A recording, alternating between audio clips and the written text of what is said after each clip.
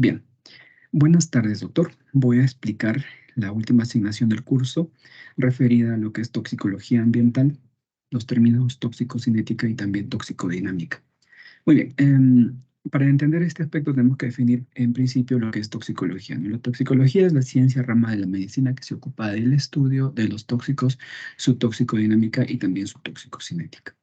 Ahora, ¿qué es toxicocinética y qué es toxicodinámica? Aquí la diferencia. Toxicocinética es el estudio del recorrido del tóxico desde su ingestión hasta su excreción en el organismo, y la toxicodinámica es el estudio del efecto del tóxico en el organismo, lo que produce los tóxicos en el organismo. Bueno, que tenemos dos ejemplos, un gas y un líquido, ambos tóxicos. En el primer caso, dentro de su toxicocinética, vemos que la vía de ingreso es la vía nasal, en el segundo caso es la vía oral. En su modo de excreción, a través del estornudo se está eliminando el gas, y en el caso del líquido, de alguna manera también se elimina por el cuerpo.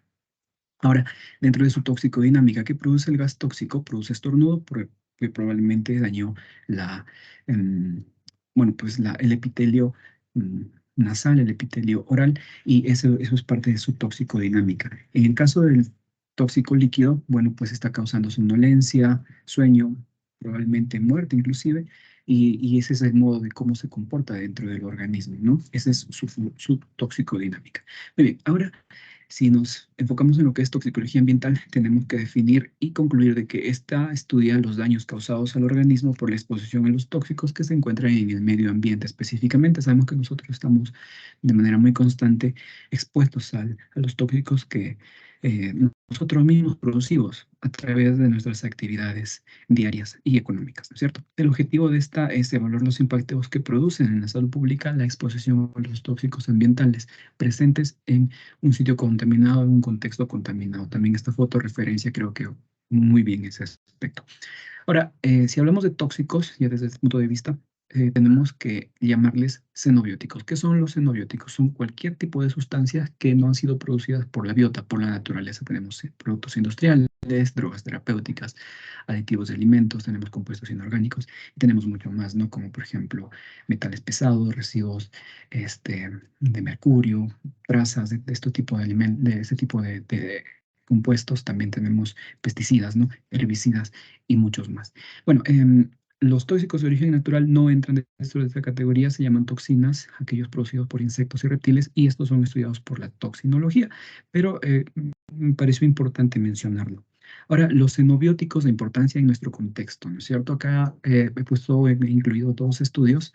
Uno es del 2004-2005, niveles de plomo sanguíneo en recién nacidos de la oro. Ya sabemos que el oro es uno de los puntos más contaminados a nivel mundial, no catalogado por nosotros mismos, sino por entidades internacionales ambientalistas.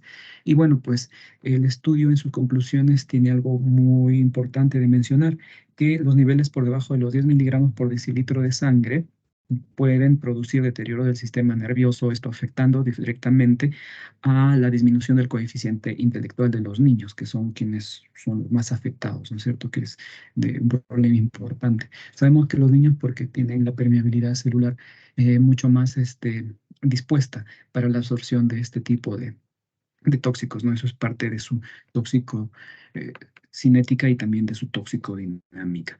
Otro estudio, que es la bioacumulación de metales pesados en tejidos de vegetación acuática y terrestre evaluados en áreas donde existen pasivos ambientales mineros en el Perú, determinaron que los elementos sombreados aquí como mercurio, arsénico, cadmio, cobre, plomo, zinc y probablemente entre otros, son de importancia y que se han visto, han sido absorbidos por la vegetación. Lógicamente algún tipo de vegetación puede ser comestible porque el agua es lo que transporta todo, y en cierta manera también los seres humanos pueden absorberlo, ¿no es cierto? Ahora, ¿qué problemas pueden producir dentro de su toxicodinámica? Pueden producir problemas reproductivos, deterioros de la flora intestinal, modificación de la microbiota aparentemente normal, problemas reproductivos, entre otros, ¿no es cierto? Eso es parte de lo que sería su toxicodinámica. Y bueno, pues eh, el consumo de este tipo de vegetales es parte de la toxicocinética. Muy bien, desde mi punto de vista como veterinario, yo quise incluir estos dos puntos, ¿no es cierto? Residuos medicamentosos en alimentos de origen animal, residuos antibióticos y antiparasitarios. Hay más, muchos más definitivamente, pero me parece que esos son los más importantes. Bueno, si hablamos de antibióticos, estamos hablando de resistencia antimicrobiana tanto en animales como en seres humanos. Y si hablamos de antiparasitarios, estamos refiriéndonos específicamente a teratogenias y neoplasias, tanto en animales como en seres humanos también. Aparte de casos como hipersensibilidad y otros, ¿no es cierto? Pero esto sería lo más importante. Para concluir, en las conclusiones quise incluir lo siguiente, que el hombre está en constante exposición a distintos xenobióticos por nuestra propia naturaleza, ¿no es cierto?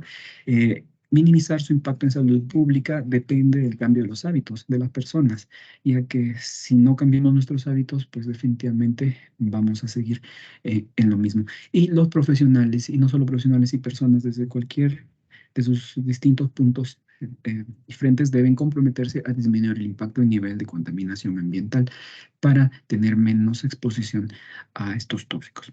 Bueno, muchas gracias. Eso es todo lo que tengo que presentar.